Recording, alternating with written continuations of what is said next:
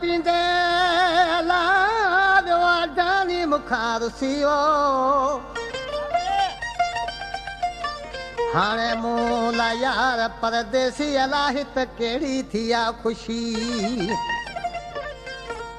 वो चवा तो बई हथ बधे ऐसा तो अमीर सुल्तान जवे अदा साईं हे दोस्तन फरमाश कया हुने जा हे नाला आहिनि छुटे मवाली जी फरमाशा ऐं इंडिया खां सुल्तान दर्श जी फरमाशा हनीफ दर्श जी फरमाशा साते दर्श जी फरमाशा अयूब दर्श जी फरमाशा कुंडली खां अब्दुल्ला परदेसी जी फरमाशा खमीसे वफा जी फरमाशा ऐं वधीक फरमाशा ॻोठ खमीसे जोगी खां भूरो जोगी जी फरमाशा वालिदिन जोगी जी फरमाशा वफा खमीसे सूमरे जी फरमाशा ऐं छुट्टी मवाली जी फरमाशा ऐं वधीक फरमाशा पीर काठी खां रसूल बेक ख़ासकर जी फरमाशा ऐं साजन जोगी जी फरमाशा ऐं अशरफ बहरानी जी फरमाशा आज पंहिंजे दोस्तनि खे जरा मुंहिंजो माबू मूंखां राति रुसी वियो पुछां कीअं जरा राति शराब जी महफ़िल में असीं वेठासीं त पैग अधु में छो जो हुनखे नशा अलाह जे छा मूं चयो हुनखां रुसी वियो आहे ऐं ॾिसो कीर्त मुंहिंजे दोस्तनि खे ॿुधाए पियो राति शराब पींदे जानी रुसी वियो पैग छॾे हू अधु में मूंखां उथी वियो वासी नशे में ॿई असीं वासी नशे में ॿई असीं अले हुनखे छा मूं चयो राति शराब पींदे जानी रुसी वियो रूंदो छॾे हू मूंखे मूंखां उथी वियो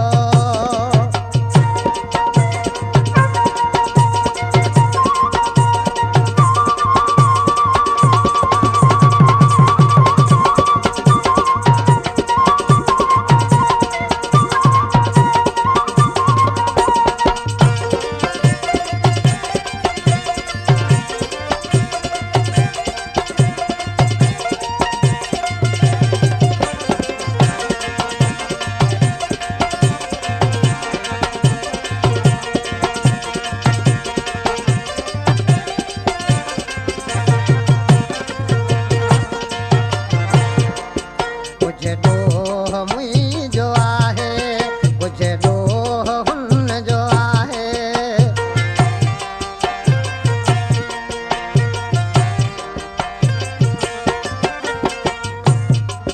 कुछ डोह मुंहिंजो आहे कुछ डोह हुन जो आहे राति खां पोइ मुंहिंजो राति खां पोइ मुंहिंजो सुख चैन फिटी वियो राति शराब पींदे जानी रुसी वियो रूंदो छॾे हू मूंखे सुहिणो उथी वियो वासी न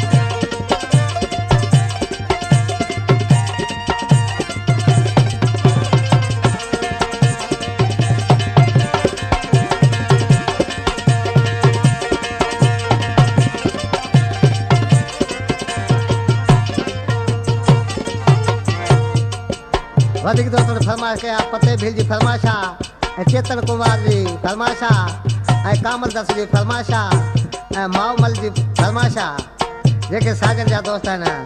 आख़िरी मिसल में छा पियो चवे साजन चवसि कायल ॾाढो ॾुखियो माण्हू